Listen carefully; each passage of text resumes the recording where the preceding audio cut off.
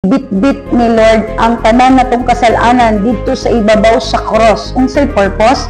No nganong iyang gibit-bit, giangko niya ang tanan natong mga sala, gidala niya dito sa ibabaw sa cross sa iyang pagpakamatay in order us to give a chance, no, aron dili na magkinabuhing makasasala.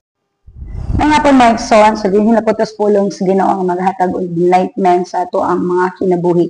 Dinhi sa 1 Peter chapter 2 verse 24 to 25, nag-ingon dinhi, He Himself bore our sins in His body on the cross, so that we might die to sins and live for righteousness. By His wounds you have been healed. Verse 25, For you were like sheep going astray, but now you have returned to the shepherd and overseer of your souls.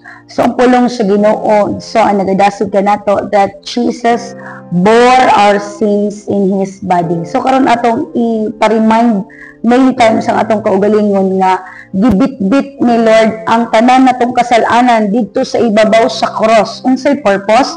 No nganong iyang gibit-bit, giangko niya ang tanan natong mga sala, gidala niya dito sa ibabaw sa cross sa iyang pagpakamatay in order us to give a chance, no, aron dili na magkinabuhing makasasala. So atong basahan diri ngayon diri, in His body, no, He bore our sins in His body on the cross so that we might die to sins and live for righteousness.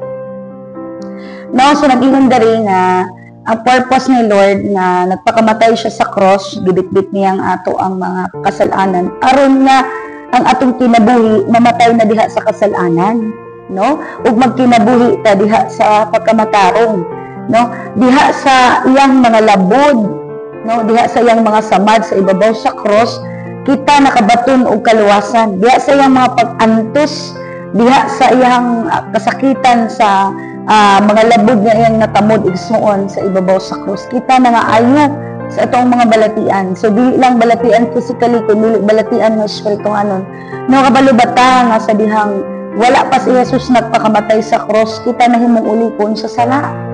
Muna atong tan-aw ng atong kinabuhi, nagitagaan tag chance ni Lord.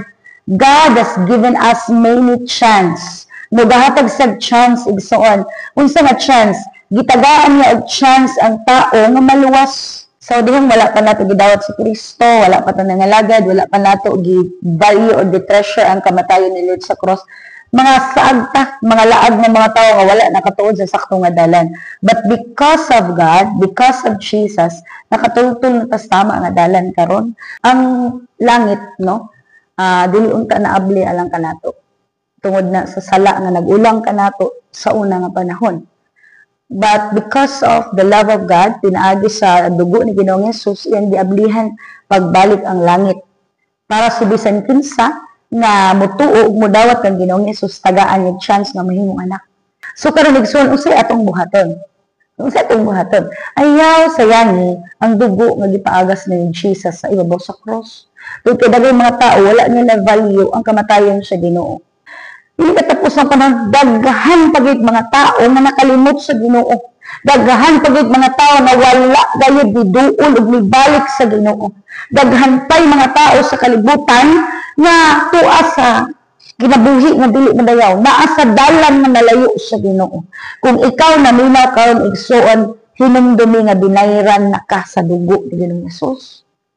No, ang imong kinabuhi dili imuha. Gihatag na ni Lord na kinabuhi sa imuha aron imong i-treasure. Gihatag na ni Lord na kinabuhi once, kana atong kinabuhi nga naata karon, gihatag ni Lord aron mga lagad ta niya. We are designed to serve God. We are created to worship the Lord. Ayaw tuguti nga mobiya ka sa kalibutan nga wala nimo ma-serve ang imong purpose. Your only purpose in this world is to serve God.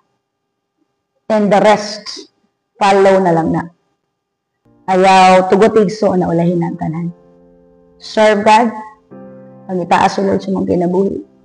No? Kung wala pa ka nangalagad kay Lord din, this is the time to serve God. No? How to serve God, Pastora? Sa'yo nga radyo kayo. No? Una, no? Dawata si Jesus sa imuhang kinabuhi na may mong Diyos o manuluwas. And then, give time to the Lord.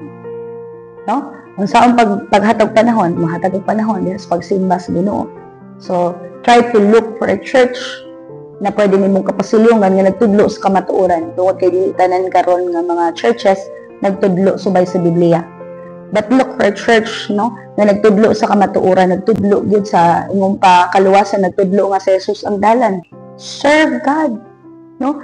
Dili pwede nga maluwas ang usa ka tawo kung wala ta naghatag og panahon o wala tay relasyon sa Ginoo. The only thing that we can be secured in our life today na dili jud ta maglaglag sa imperno is to have a fixed and stable relationship to the Lord. Ayaw sayang imong kinabuhi igsoon, ayaw pagahi, kaya ang tanang gahi, interno ang pauli.